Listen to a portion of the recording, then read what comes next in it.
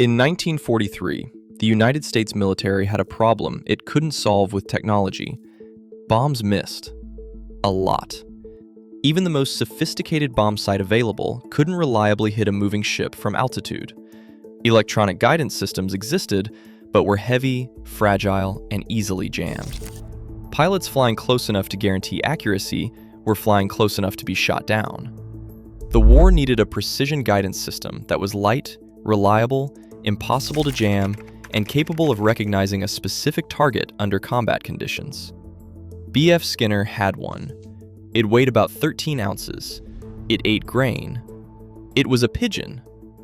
And look, I know how that sounds. I know exactly how that sounds. But stay with me, because the most interesting thing about this story isn't that someone proposed it, it's that it worked, and it still got canceled. The problem was never the birds.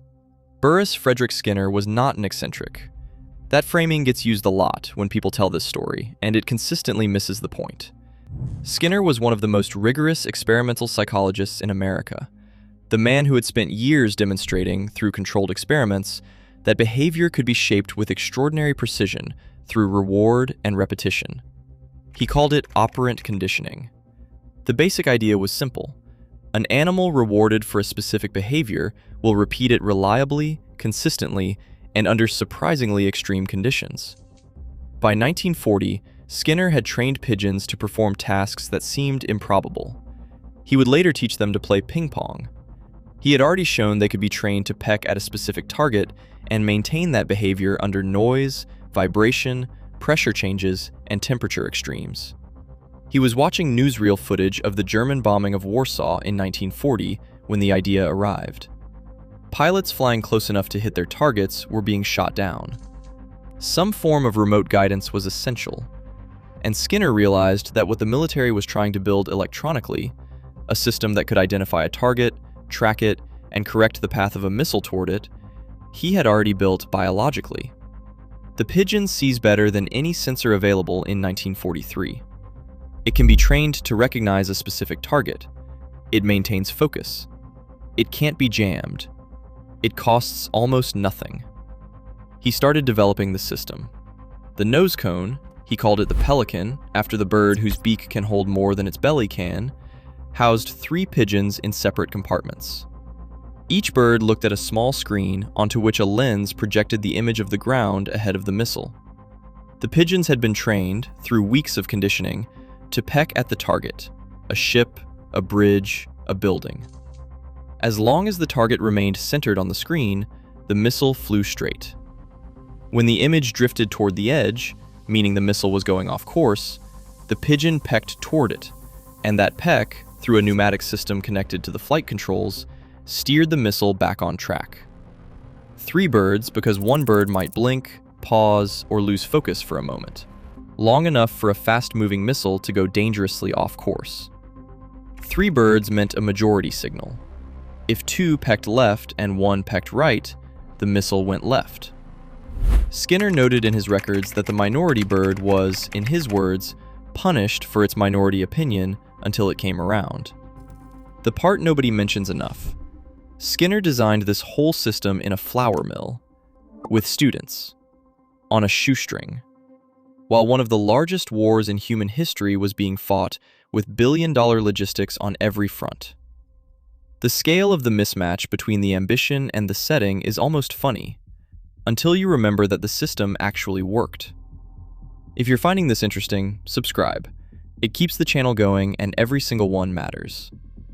Now, what happened when Skinner actually tried to get the military to pay attention? He didn't find it easy. Skinner had requested funding from the National Defense Research Committee twice by late 1942.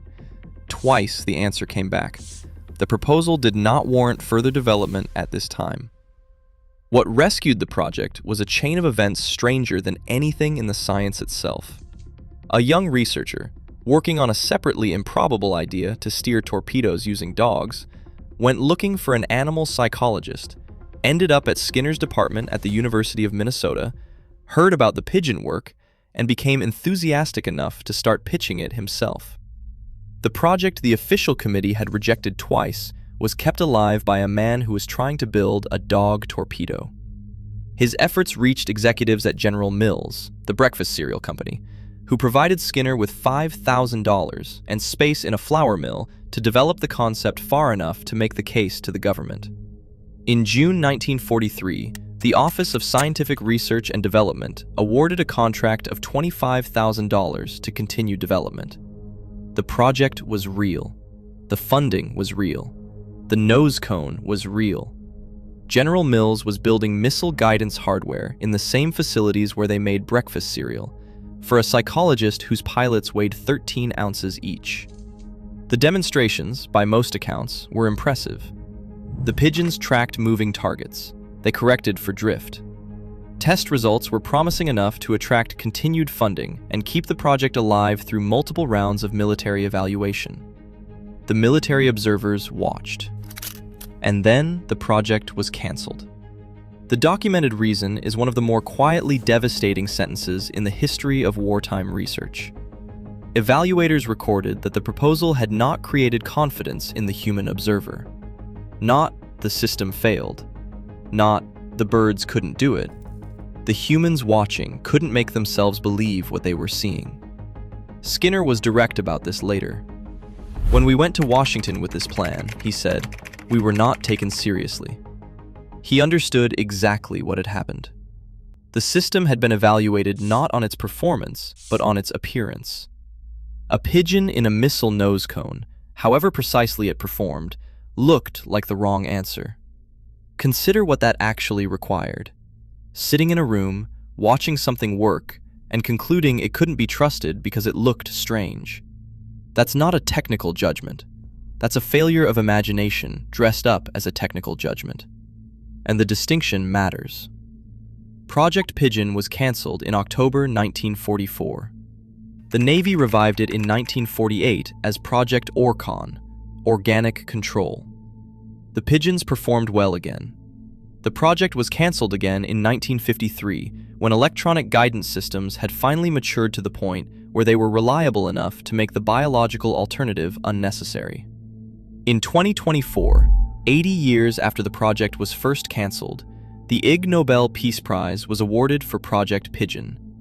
Skinner's daughter accepted on his behalf. She noted that the B.F. Skinner Foundation had never managed to put a missile on its logo. She seemed to regard this as a genuine oversight.